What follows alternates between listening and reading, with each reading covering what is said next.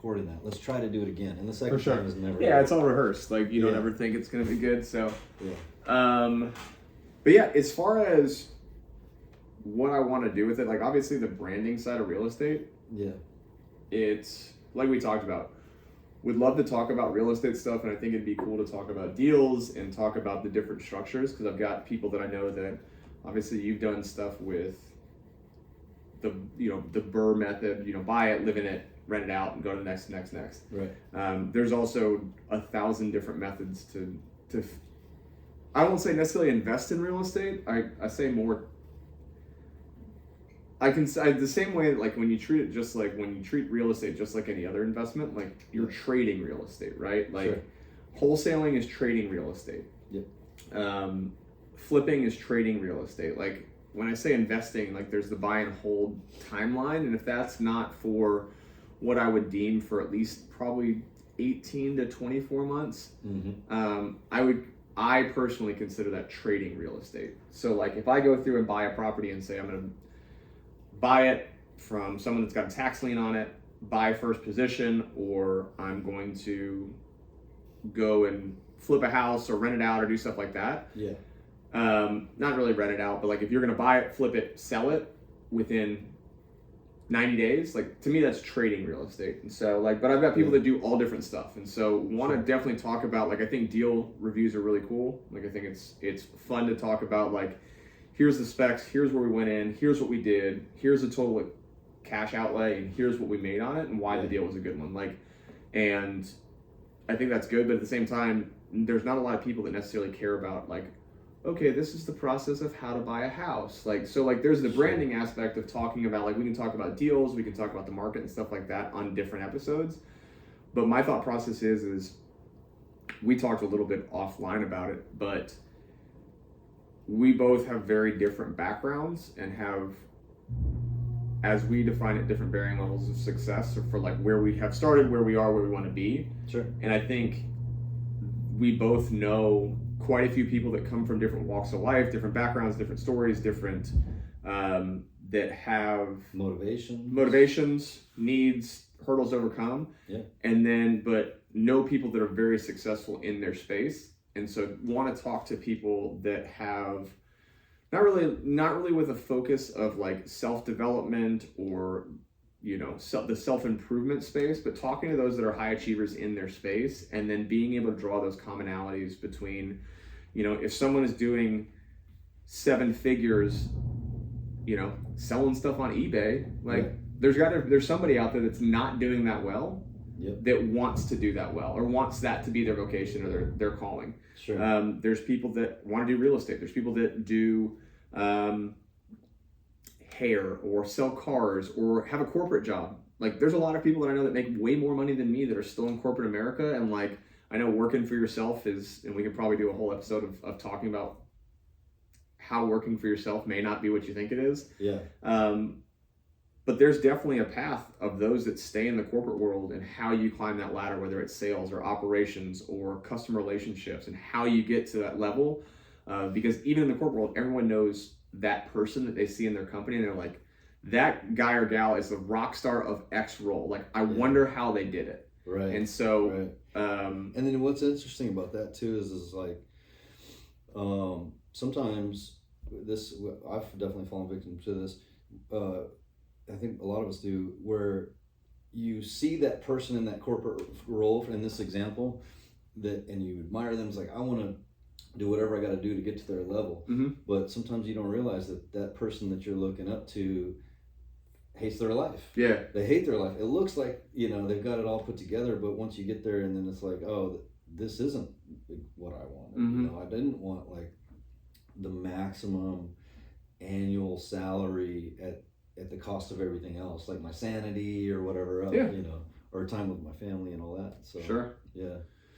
But I think too, and on the other side of that is maybe that is what someone aspires to be and genuinely doesn't know what that path looks like. Mm-hmm. But also like, you also run into the thing where people see the end result or see where they are now, and well, they did they only work for the company for 6 months, or they got favoritism because of this, that, and the third. You don't see the past 15 years of going through and starting as there's so many stories of people that started off when I used to sell software, people that started in the call center, on the lowest floor and the lowest, like, it's the proverbial 2022 to the mailroom. It's the proverbial mailroom in this decade. And answered calls, and then got promoted to that, and then got promoted to this, and then became a salesperson and became this. Or there's the people that come into a company and see that, oh, so-and-so's there, but I don't really know anything about them. I had our chief revenue officer, our head of sales, at one point in time, like before I got to know that person, I never knew that they were like the second salesperson that company ever hired. Nice. Publicly traded company, was $1 billion revenue company. Yeah. Was sold for arguably one of the highest transactions, sold to different ownership, for one of the biggest software transactions that ever existed. And that person got there because they had spent the past 25 years from ground up building into that role. So it's one of those things and that's definitely a path. And that realistically is probably a better path to financial success and a better path to mental well-being, to work-life balance, to a lot of those things, than a lot of the people that we talk to that say, well, I want to work for myself, or I do this side hustle and I want to take it full-time. So definitely want to present ideas and opportunities and paths for people, even if that's not their full-time, this is the hill that I'm choosing to die on passion. Yeah. That say, well, if I can, how do I just be better? I don't want to be the chief revenue officer of this. I just want to make the most money as a salesperson. That probably starts with a lot of habits and skills and learning how to develop relationships. The same way that there's the commonality between running a business. At the end of the day, I'm in real estate, but I'm in sales, I'm in people. Yeah. So there's a lot of the things that I learned from that, and a lot of people that probably have run X business or run this venture or have started in this industry, that there's those commonalities where if it's not the same exact story, you can sit there and be like, I remember a time that happened for me when I was being in property management, or I remember when I was running my e-commerce business, I ran into the same thing. Yeah. Or even on the other side of that is having people that are running into those issues and saying, I don't know. I know there's something wrong, because none of us believe a prophet from our own hometown. Like, no one wants to listen to the guy down the street that or your best friend that also is a successful business person, because they just don't understand. Yeah. But it's also one of those things that you may be, we're all blind to certain things, right? Sure. You can look at complete bias on that. Mm-hmm. You can look at it and say, okay, well, I've tried all of these things, but someone else in a different industry where that is not the norm, or that's not the standard operating procedure, can look and be like, well, why do you do it this way? Yeah. Just do X, Y, Z. This is for the way sure. we do it over here, and then it might work. So let me make sure I understand what you're saying. So what I think that you're saying is that across multiple industries and multiple different goals in various sectors, there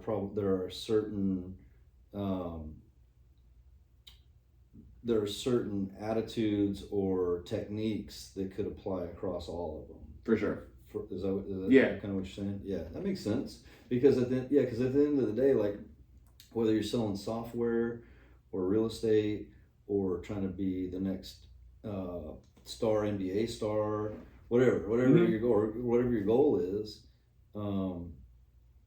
there's a lot of common things like, well, there's a lot of common things like, well, one of them they all have in common is you got to put in the work. For sure. You're not going to be able to sit on your couch and achieve any of those. Yeah. So that's common, or certain mindsets, or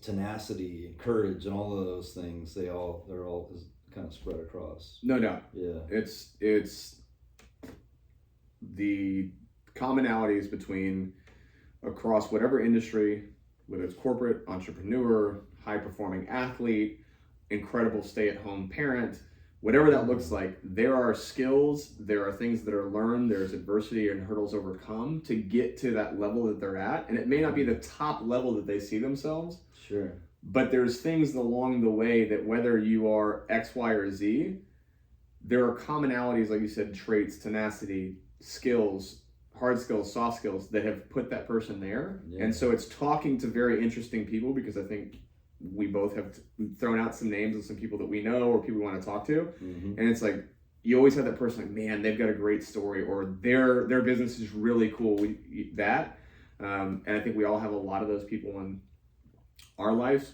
Everyone has those people in their lives to a varying degree. For sure. But it's not necessarily having you and I take their story and tell their story for them, but it's being able to let them talk about that, because it's sincere, it's unique, it's the details that both you and I will forget. So let those people tell their stories, and we just are a platform to allow people to do that. Yeah, see things through their eyes. And I think that's really valuable too, because it's like speaking from experience. I've been at a point in life before in the past where I had the motivation, Mm-hmm. I was at a point in life where like maybe I don't have a lot of money, I'm living paycheck to paycheck. I want to do better, so I have the motivation to do better. I have the work ethic to do it. I even have the resources, like a little bit of money set aside to make a move. I had it all, but the piece I was missing was I have no freaking idea what my first step is. For sure. Like, I'm ready to work. I'll get up early. I'll do whatever it takes. I'm motivated. I want it bad enough. But I don't know where to start. Yeah. So I can see what you're describing, how that's valuable, because in listening to people that have been through, the experience of building success for themselves, that almost answers that question. Like, oh, well, let's see where they started. What was their first step? And stuff like that. So yeah, that's awesome, man. And that's the hardest thing, right? Or it's not the hardest thing. It's the hardest thing at the time of, I know that there needs to be I want there to be a change. I'm passionate about doing this. And I know we've focused a lot on work, but let's talk about fitness. Yeah. Like, or like becoming the best possible husband or dad or whatever. Yeah. You know that this is my current, I have a current state. Yeah. I have motivation. I may have a few resources, but I don't know how to put those together to move from my starting point just to step one. Mm-hmm. That is, and it seems so insurmountable for a lot of people. They have a passion, they have a calling, they have a drive, they're motivated, but getting from start point today to square one seems like the most daunting thing. It's the same thing, like I've talked to a lot of people about, there's a flywheel metaphor. So flywheel is, you start off pushing, or you're trying to move something up a hill, like get something moving. Yeah. We used to do truck pushes, or big truck pushes for football conditioning. So Gotcha. Momentum's a very real thing in life. And so the hardest thing is going from absolute standstill to just getting the ball rolling, right? Like, you're going to put out so much more effort. It's the same thing. We could probably talk for hours about your experience as a paratrooper and everything. Something like, I've heard statistically, something like 70% of the fuel in a flight is used just to get the plane to cruising altitude. Makes sense. And so, because there's so much, once you're up, there's still things that go on. Yeah. The same way if you start pushing a truck or pushing something like that, those first couple steps, I mean, you got to get down low and grind and everything. And it's the same thing as when you're using a plane. There's a lot of force that needs to propel a couple tons of steel and human beings and fuel up into the air. Yeah. Once it's up there, it still needs to be maintained, but it's getting off the ground or getting to that first step or building the momentum to get off there. Is there's so much fuel and effort and intensity that goes into that point. Yeah. Is the same thing a lot of times where you hear people talk about, well, I want to start my own business, but I just don't know how to start. Mm-hmm. It's, I want to get fit and I want to lose weight, and I know what maybe I've done in the past, but it hasn't got me to where I want to be. So I just don't know. People get stuck of putting forth the effort and either stopping too soon or being so paralyzed by even starting, by not knowing where to start, is they just sit there and, I'm going to stay on starting. I'm going to stay where I am today forever, not because I don't want to be better or I don't want to be more fit or I don't want to change this part of my life. Mm-hmm. It's, I'm going to sit in this spot because I just don't know even what direction to push in to get from here to there. Right. Like, just to get that first step done. Or even sometimes when you see the workload that's ahead of you For to sure. get from where you are today to where you want to be. and that workload is enough to cause people to be discouraged or even just not even start. Yeah. You know, like I had some experience with that. We all have, but when I was working a job that I hated, freaking hated it, right? Yeah. This is actually an example of like I was climbing the corporate ladder and I thought that's what I wanted, and then I got there and I was like, oh, this is horrible. Yeah. So I was there and I was trying to make a change and I was trying to start a business, and what I realized during that time is like instead of analyzing the whole workload and making a plan how I was going to do it all, Mm-hmm. I would just do one thing every day that was move in the right direction. Yeah. Like to your point about momentum. Yeah. And so it was like sometimes that one thing was send an email to one person asking for, you know, one thing that I need for my Yeah. business. And other times it was, you know, staying up till 3 o'clock in the morning, knocking out a big task. Yeah. But yeah, I see. That's a great point about momentum, man. Momentum. Once you get that momentum going, and then you just can build on your previous actions. For sure. Yeah. And like, let's talk about jumping out, but like with that with you investing in real estate, I mean, you owned a house at the time, Yeah. and then it's like, well, I know that investing in real estate, I've sold myself on the idea that that's a good idea. Yeah. Okay, but how do I become a landlord, and how do I even what do I even do? Like it's the same thing it's the same story. Like we can insert 10 different things into 10, 20, 100 things into the example of, well, I just don't know what to start from where I am today to step one. Yeah. And so long loop back of I want to hear, I think it is going to be great to hear people to talk about what that journey is. Like we all love a good journey. Like we all love a good story. Like Good underdog. yeah, no one wants to hear about, well, yeah, like I walked into a role and my dad owned the company and just gave me the company and I put it on autopilot and I just make a ton of money now and I just hang out. Like right. people may wish they have that, but everyone wants to see, like everyone wants to know somebody that looks or see success with someone that looks like them, that has a similar story, maybe has some commonalities, some people that they can get along with, maybe they think they can go have a beer with. Yeah. Because that trust fund baby that you described is like, it's not even that fun for that person. Because the fun, like the thing that makes success so awesome is the fact that you know what it costs. For sure. You worked for it. Yeah. You earned it. You know what I mean? It's like you've I keep knocking my knee on this table. It's all I'm good. mess stuff up. You have something to compare it to, the old you Yeah. compared to the new you. Mhm. You know? I think that's like the thing that makes it valuable. Yeah. You know. And I think too is for the record is that the people that are out there that are that trust fund scenario, or like mom or dad ran the company and now I just take over for them, my life is on autopilot, Yeah. make up such a small percentage of people that are successful. So I'm going It's to go out and say that, like, not chalking that up to everyone that's successful has, or that's a commonplace thing. It's not. Here's a stat: 79% of millionaires.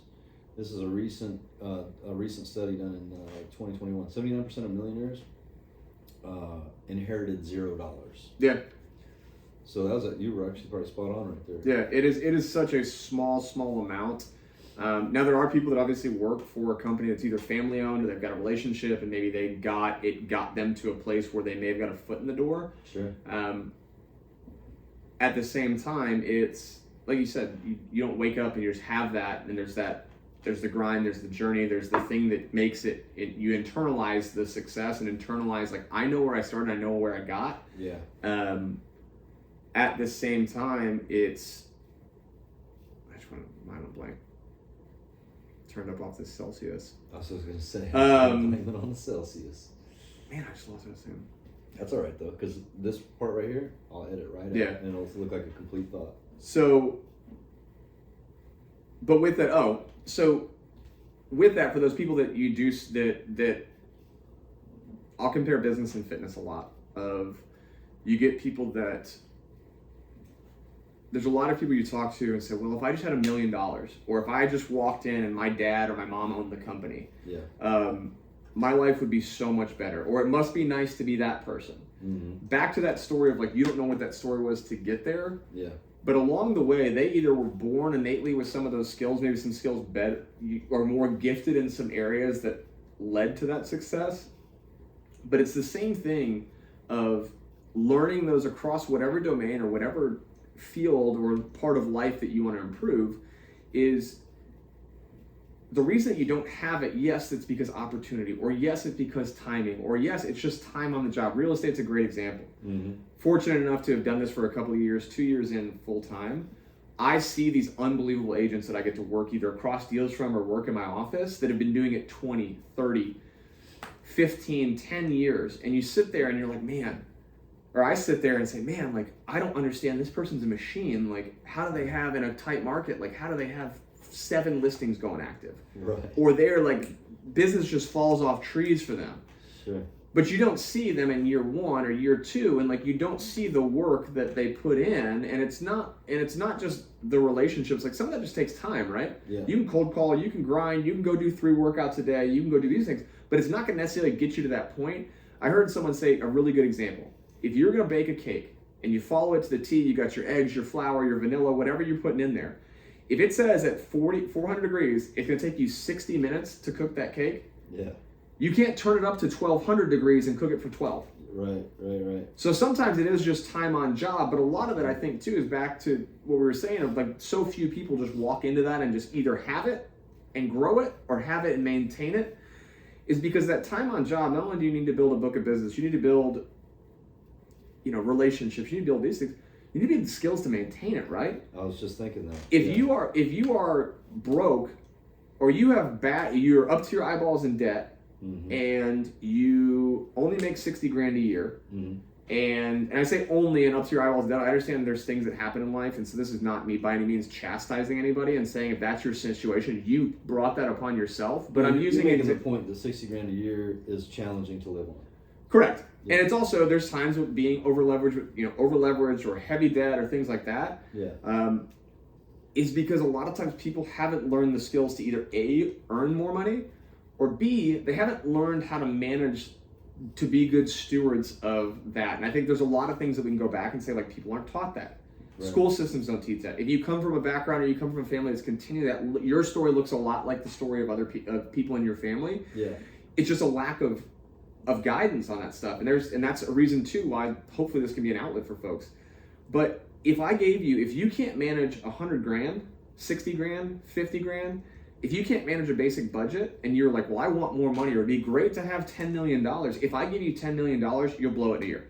Yeah, if you don't have the tools to know what to do. You haven't built the framework underneath it. Yeah, or like your guy with the 7 listings. If you got that year 1, sure, there's some people that could handle 7 listings year 1. You might be one of them, but most people haven't. They can hardly manage 1 or 2 listings. Correct. At that point. You give them 7, they're going to lose them all. They're going to lose all 7 clients. Correct. So it's good that your 1 guy only has 1 or 2 listings going on right now. Yeah. And it's one of those things, and and you can sit there and be like, well, money's a weird one because we talk about the whole like happiness and all that stuff that goes along with it too. Yeah. But you're right, it's the systems, it's the discipline, it's all the stuff, the skills that you develop to manage that type of workload, or that type of relationship, or that level of fitness. Like, you spent the time building up to that. It's the same thing if I took you right now, if I took anybody that says, I'm not happy with my body, I'm not at the fitness level I want to try to go run a marathon, or I want to do a triathlon or Ironman, insert whatever physical task that you want to do. Yeah. If we gave you a magic wand and we turned you into your perfect body tomorrow, and you did no work for it, and they're like, all right, we're going to get you to the end result, but you're not going to have any of the skills that would have led to you getting this the way that the normal way, or to maintain it, yeah, you're going to go back to square one within 3 months. For sure. You were going to go from shredded or super jacked or super toned or look great in a bathing suit, whatever your goal is. Yeah. If you don't have the management and the development of skills that equal that, or you look at those people that are where you want to be and you look at their skill set and you look at yours, sure. If I dropped you into their role, if you did like the parent swap thing or like the Freaky Friday where they flip you, yeah, I would argue that that person would be more apt to get out of your situation than you would be to maintain theirs. I agree. And I'll take it even a step further. Let's say that you take that person, you got them all jacked and ripped, and let's say that we could even download the skills necessary to maintain and stay that way. Yeah. Right? Like here's all the tools. I'm giving you a brain download. Now you know everything about how to maintain this new body that you have. I still think they'd lose it because they wouldn't value it because they didn't earn it. They'd just go, it's freaking easy. You know, no doubt. like, they're not going to go do all those maintenance things because they didn't have to do them in the first place. So they see all that. They got the download and they're like, oh, okay, I got to go to the gym 3 or 4 days a week and I got to eat, protein and all this. They won't do it. Yeah. They won't do it.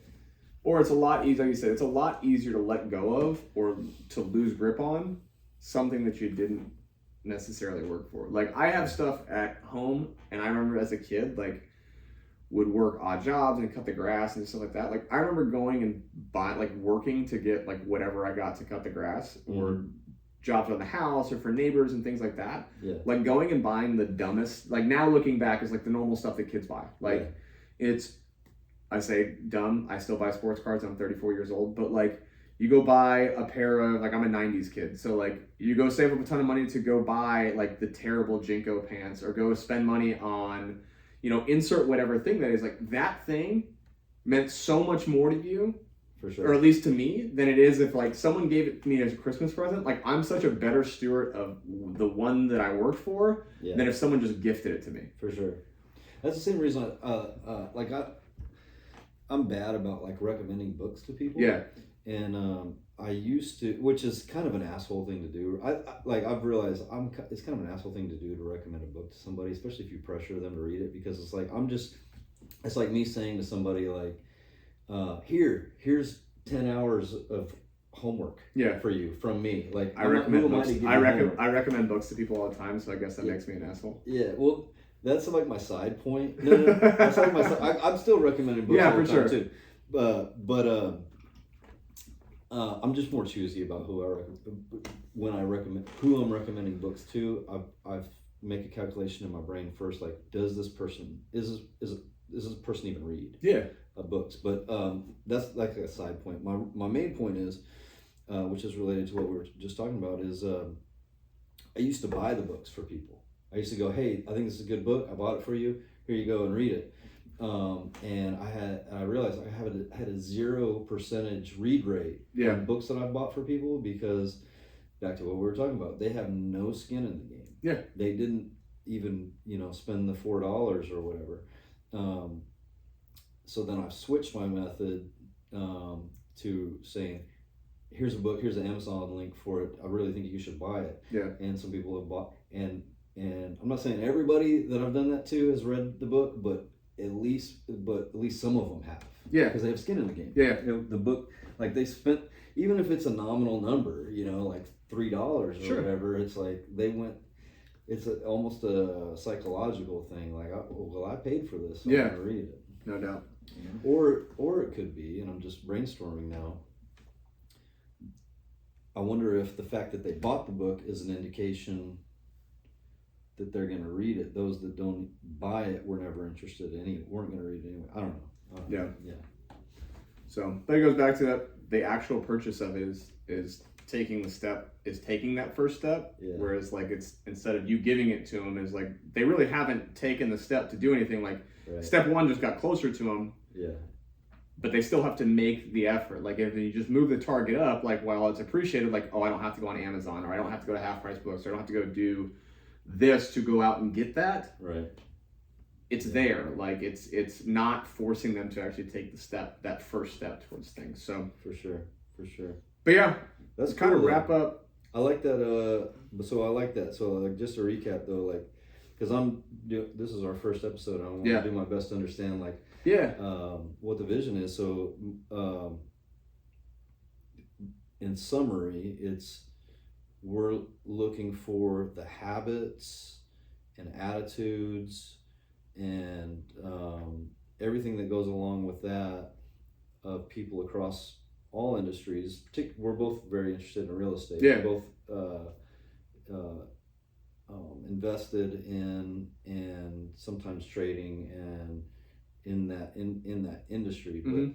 But we want to try to talk to people even outside of the real estate industry and how we can maybe apply that to real estate No doubt. success or cryptocurrency success or Yeah, and whatever, become the highest high jumper, yeah. you know. Yeah, no, I think you hit the nail on the head, and it really is like my goal for it is to not, is to more let the topics and the fields and the focal points really guide themselves based upon who we talk to. Yeah. But more an idea of want to know their story, want to give people a platform to help both the person that's talking with us and the people that are listening, give them a platform to connect on. Mm-hmm. But also too, it's people that we have deemed or other outside sources have deemed that they are successful in their field. Like, what did they do to get there? How do you possibly emulate some of the things if that's the field that you're passionate about? But if that's not, and you have a business or you have a calling or a passion or a vocation that's something completely different from that, how can you learn from the lessons, mistakes, and victories that they've had and apply it to whatever your path, journey, goal is? Absolutely. And you've got a great story. Because we should mention this, the way that we met was, the way that you and I met was during a 48-hour run. Yeah. That was a marathon and a half. Yeah, it was 40, I guess it's 48 miles. We're in 48 miles in 48 hours, 4 miles every 4 hours. That was our first meeting. So we got a chance to get to know each other during those 3 o'clock in the morning runs and stuff. And that whole 48 hours. Yeah. And so I know that you've got a great story related to being somewhere that you weren't exactly happy or wasn't serving your skill set right, and the steps that you took to get where you are today, and then the plan that you have to continue growing. And same as me. Yeah. I've been way down here, and I've been, and I'm a much higher than I have been in life before, and so I think we both have interesting stories we could share with people. Yeah. Too. Yeah. So I was gonna cut you off before we started into another rabbit hole, because that's a whole probably 2 episodes in itself. But yeah, want to do the interview style stuff. I do want to mix it up because I know that when I consume content or when I talk to people, not everybody has the super long 2 hours. Some people love that. I drive a ton, so I love listening to that. But at some point, assuming engagement, people get fulfillment, enjoyment out of it, would love to do some sort of Q&A piece on it.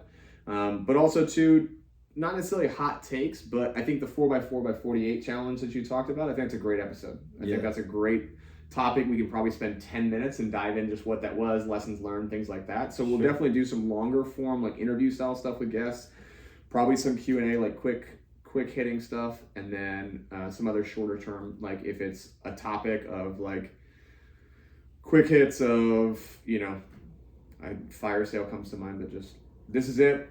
Couple minutes on that and we're out. So and also, I know we're gonna wrap up, but you'd also mentioned to me before we're recording that it would be fun to do some Q&A where people can write in. Yeah, we don't have an email address or anything set up yet. We probably will. Yeah.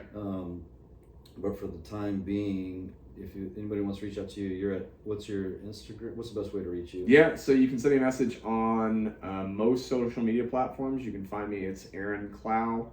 If you want to do more real estate stuff, it's Aaron Clow Realtor on Facebook. Instagram is at Aaron Clow, AARONCLOUGH, the number 92. So that's my handle on most platforms. Perfect. What about you? I've got an email address that's my name. It's Daniel J. Broom. Broom like a sweeping broom, but there's an E on the end. And I'm also on Instagram, Daniel J. Bonsai. Bonsai with a Z. So, we'll get something official I'll set up. tag it and set up something an email or something like that. Yeah, this is episode 1. We're just kind of winging it, but we're gonna get. This is a perfect example of we're starting here in the podcast world, and we're gonna keep Step 1 developing our skills. Be a functioning set of people that people can actually reach out to. So and hopefully this even recorded. We'll find out. If you're watching this recorded, we succeeded. We'll at least have the video portion. We don't know if the audio is going to come through, but we'll figure it out. But we can do, if we only get the video we can do, what is that? You ever seen those videos of the football guys and they Yeah, the voiceover, the bad mouth over. bad mouth over? Yeah. We can do something like that. So, well, cool, man. Well, appreciate everybody that at some point in time, hopefully you're seeing this. And so appreciate you sticking around. Look forward to recording more stuff and talking to some great people and hopefully bringing value to everybody out there. And as we go on, like Daniel said, we'll have email address, probably social media handles, things like that to reach out specific to this. But stay tuned and we're excited about it. Thanks for listening this far. We'll see you guys next time. See you guys. I think that went pretty well. Yeah.